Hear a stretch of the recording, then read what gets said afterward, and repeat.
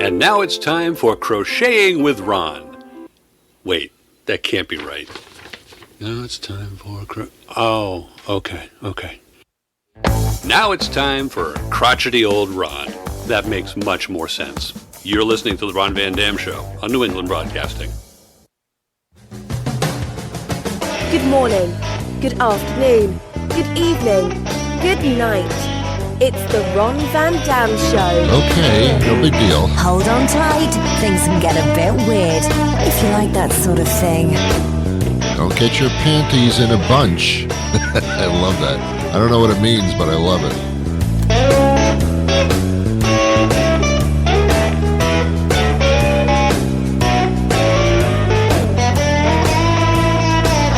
Don't get your panties in a bunch.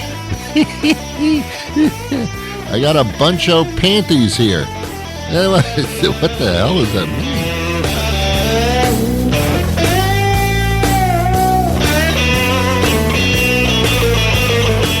We're going to get all of our panties and we're going to put them in a large bunch. No, don't get your panties in a bunch.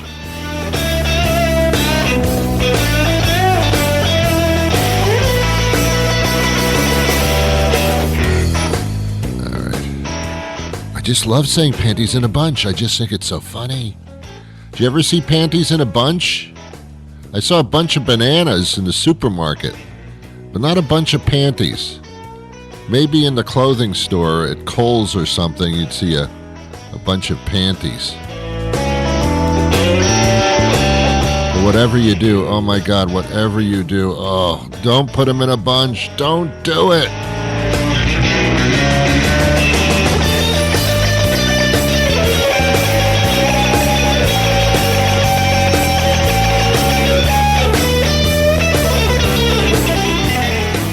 Stopping by. Thank you. Welcome to the program, ladies and gentlemen. It is the Ron Van Dam Show. I name it accordingly to the name of the host, whom I am vastly familiar with. How are you today? Don't answer. I can't hear you. It's rhetorical, especially on radio. I mean, come on. Anyway, I don't know what day of the week this is. I don't know what time it is. It's not my business.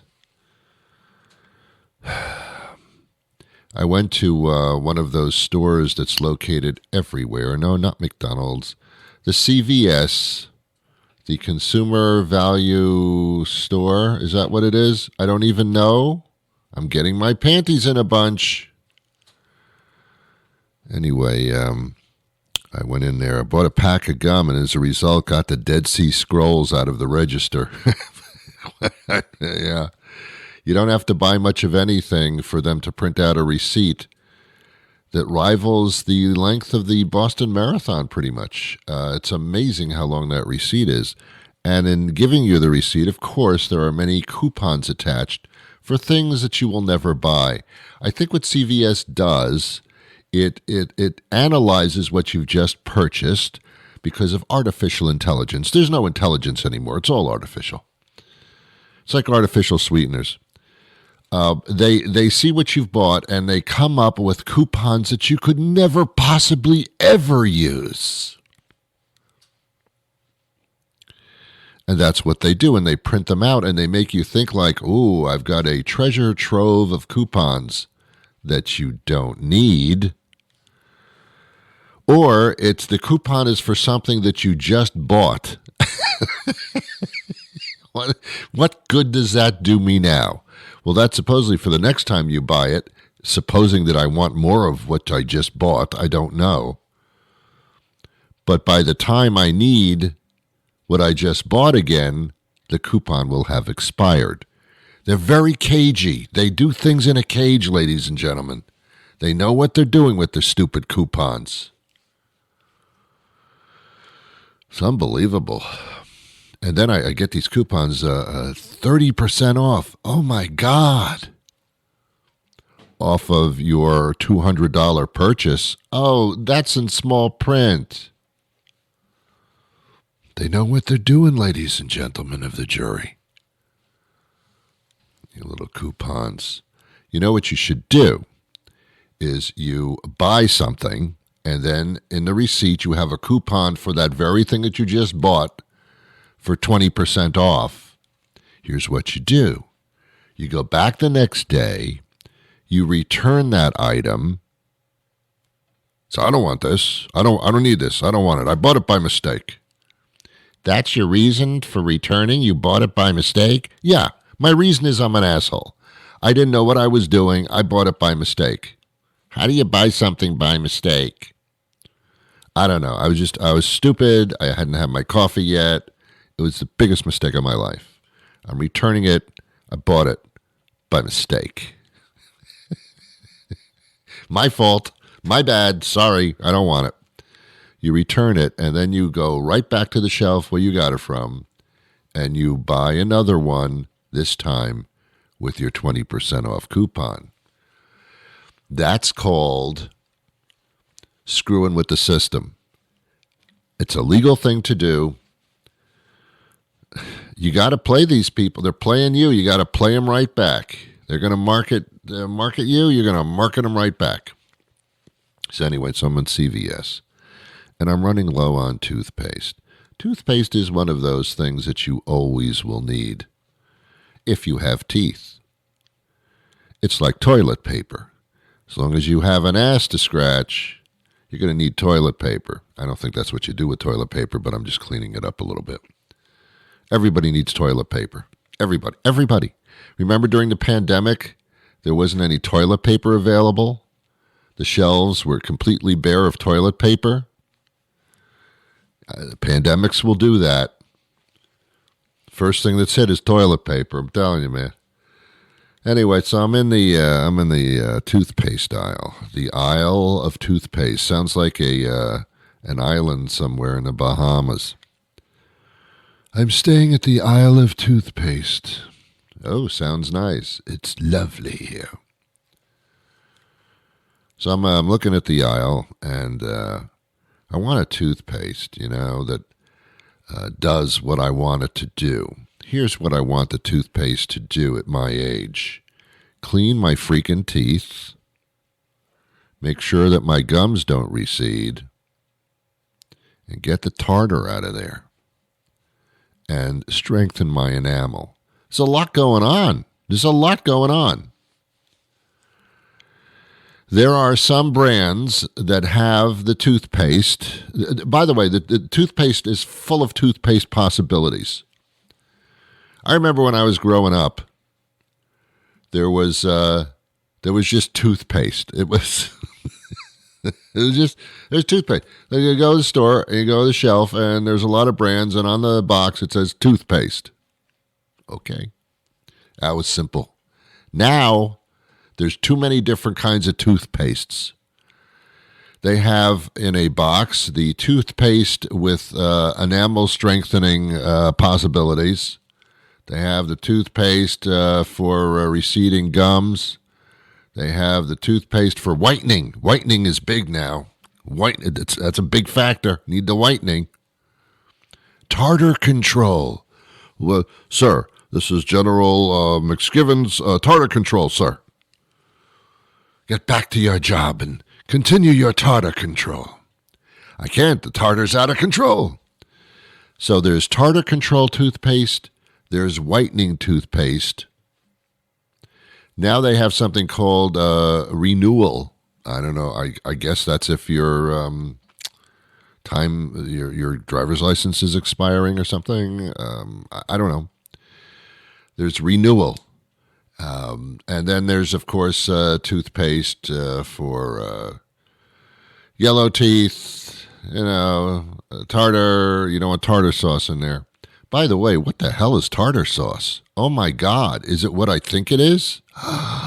All that tartar between my teeth, they put it in a jar and they put it on fish? Don't call it tartar control. Then don't call it... Someone's got to change this. Either you got to change the name of that tartar on your teeth, or you got to change the name of that sauce that you put on fish. Someone's got to give in on this. Don't call it tartar. Ugh. Call it tartar. Anyway, tartar control, whitening, enamel strengthening, gum, gingivitis. Ooh, gingivitis. Sounds horrible. Yeah, it's a gum thing. There's a toothpaste type for every person on the planet, and not to be repeated by any one person to another. There's so many different types of toothpastes. Then, this is what I don't understand. Then they make a toothpaste, and its capabilities are called Total. They call it Crest Complete or Crest Total or something, or Colgate Total, and this takes care of all the shit. It takes care. See all those boxes we put all those UPC labels? Don't pay attention. Just get the one that has everything in it. What's your problem? Well, I don't want my teeth whitened. I just want to control the tartar. What? I just want to whiten my teeth. I don't give a crap about the gums receding or there's tartar all over the place here in my mouth. I just want them white. Well, then just get the one that just whitens and that's it. Why would you do that? Why don't you get the one that has everything in it? Is it more expensive? I don't know. At this point, you're screwed anyway. Get the one with everything in it. Seriously. It's not like a bagel, though. It's not like a bagel. When I go to get a bagel, which I rarely do because it's not good for me, there's a bagel that's called it's got everything in it. It's the everything bagel. I mean, they just put everything in it. Hey, where are my socks? They're in the bagel. Everything's in that bagel. Everything. What do you mean it's all in there. But I don't like the everything bagel because I don't like certain things. I don't care for the garlic in a bagel. Why? What's the point of that? I don't know what else. I think they're putting the automobile parts in there. I don't like certain spices and things like. So I don't want everything in the bagel. So I'm not into the everything bagel. And one would think, why don't you get the bagel that has everything in it? I mean, it's the same price. Why don't you do that? Because I don't like everything. Toothpaste, different. There isn't any component of toothpaste that I can't really use. So I just get the complete total stuff. Why are the toothpaste companies bothering with such specific toothpastes? It's just so stupid. I should be a toothpaste company president or something. I should be Ron Colgate. Something like that. Then they have the toothpaste that aren't the big brands. There's an Uncle Tom's Cabin or something, or Bobby's toothpaste. And that supposedly is better because some schmuck is making toothpaste in his garage. I mean, I don't know. I'm confused by the I just get I get the everything toothpaste. You know what I'm saying? I don't want my teeth white. I'm not getting that because it's got the whitening in it. I don't want my teeth white. I prefer them yellow. Goes with my complexion. I like the yellow look. I like it off color. It's like an accent wall. I like it. You're crazy. You're just crazy is what you are. Toothpaste is weird, man.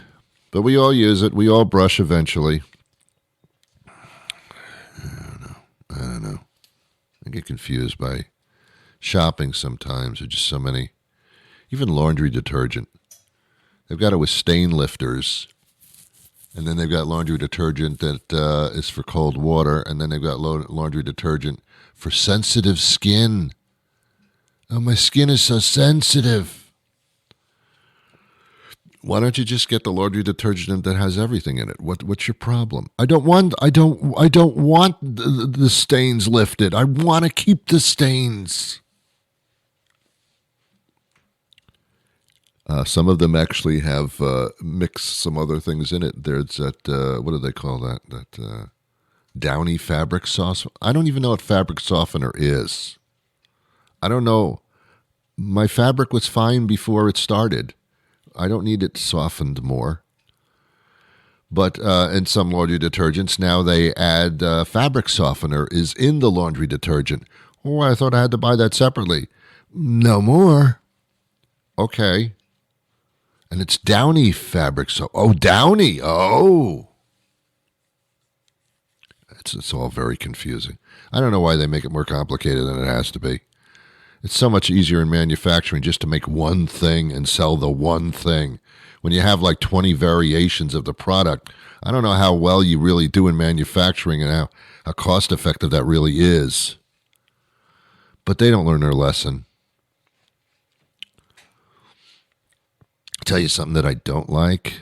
All this IPC. What do they call that? What do they call that stuff? Beer. Beer was fine before. There was nothing wrong with it. You had your American beer, Budweiser.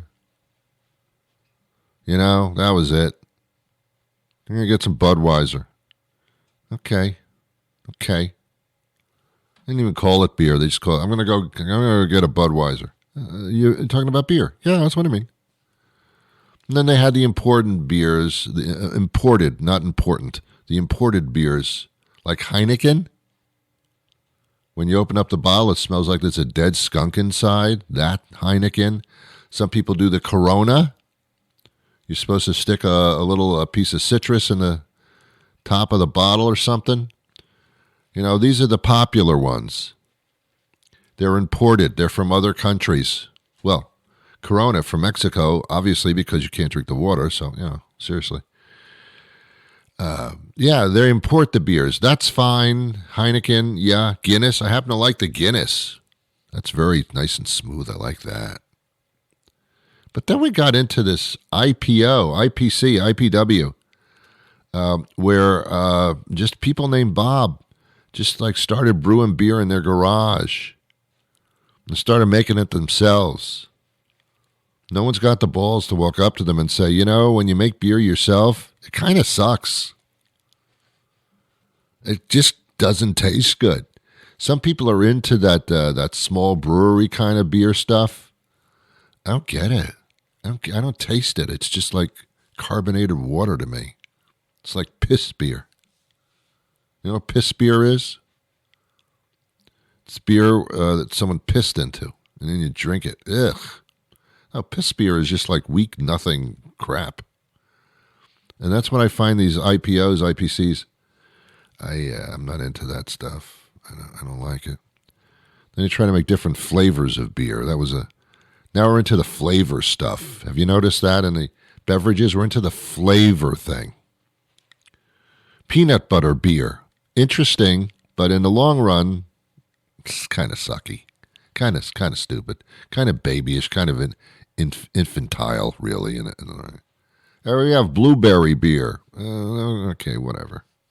I don't think that was the point of the beer, but whatever. Now we're doing it with vodkas. Ooh. Don't drink enough vodka? Now you will. Blueberry vodka, apple vodka, chocolate vodka, pineapple vodka, lime-flavored vodka, cucumber vodka, vanilla vodka, every flavor under peppermint vodka, caramel kiss vodka. That's a real thing. All tasty as hell. All designed to ruin your life. Make you an alcoholic.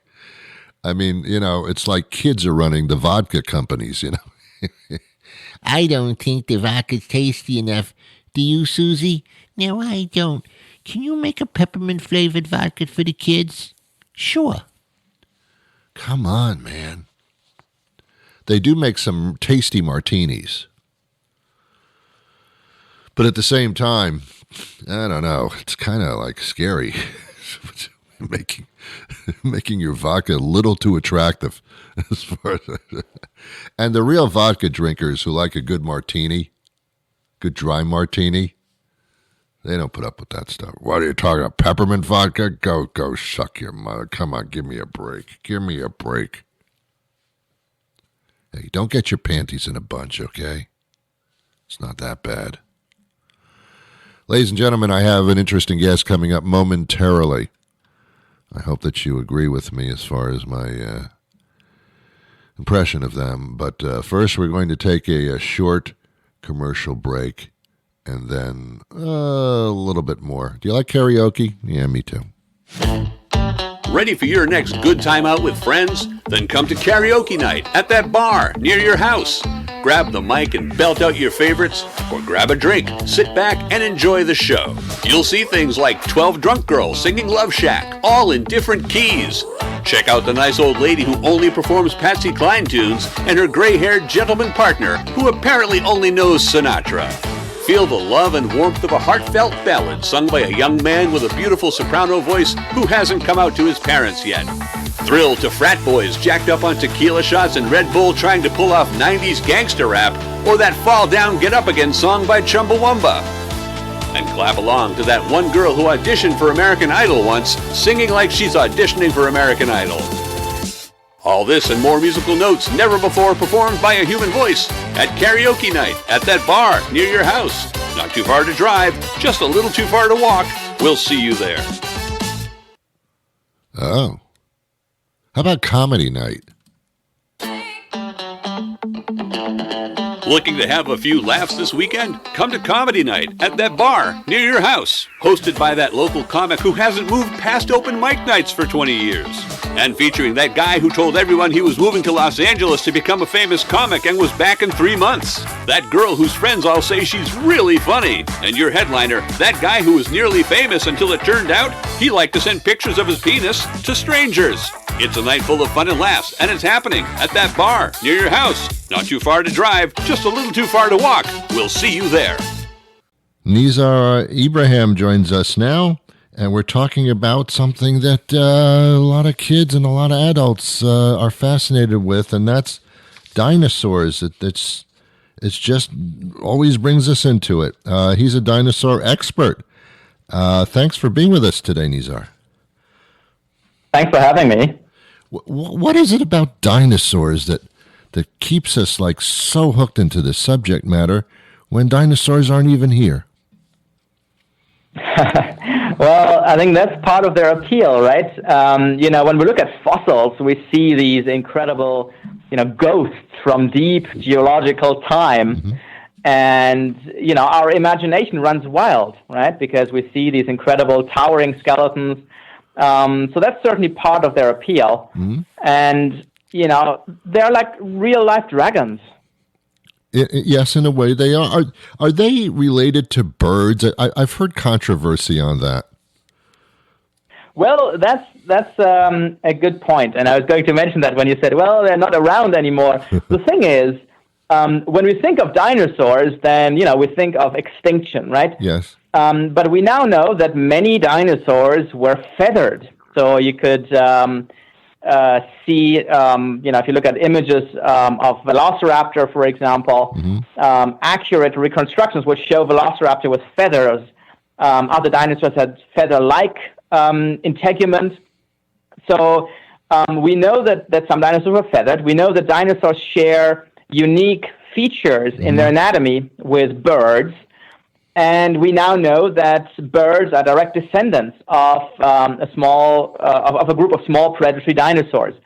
So scientifically speaking, we can absolutely say that birds are dinosaurs. Wow. They're not just kind of related to dinosaurs, they are dinosaurs. Wow. And there are more bird species in the world today than there are mammal species. So in some ways, you could even say we're still kind of in an age of dinosaurs. In a way, yeah. Now, but were dinosaurs mammals or cold-blooded, warm-blooded? Which were they? Well, so dinosaurs are reptiles. Uh-huh. And so when we look at modern-day reptiles, we see very different kinds of animals, right? Mm-hmm. We see animals with a sprawling gait. Right. And they are, quote-unquote, cold-blooded. Mm-hmm. Whereas with dinosaurs, we see that most of them have fully erect limbs, right, that yes. are stuck right under the body. We see very active animals, very agile animals. And we now know from a number of different lines of evidence that many dinosaurs were almost certainly warm-blooded and had a very high metabolism, higher than that of many mammals and comparable to what we see in birds. which again shouldn't come as a surprise because we know that, birds are dinosaurs and they are warm-blooded. So with dinosaurs, we were always kind of stuck there because we thought, well, they're reptiles, Right. but, birds are dinosaurs. So we've got Right. both ends of the spectrum there. Right. We now think that, many dinosaurs were warm-blooded. Some of them may not have been, but the predatory dinosaurs like T-Rex and Velociraptor and so on certainly were warm-blooded animals. Yeah, it's fascinating how we're familiar with dinosaurs, but we know nothing about them as far as the legends are concerned. There's still people that think of the Flintstones, where there were barbaric humans and cavemen, and then there were dinosaurs outside of the cave. That's still, I think the majority of people think that's the case. Do you find that to be true as well? Well, it's a strange one. I mean, I think it's odd that someone would look at the Flintstones as a documentary film. Well.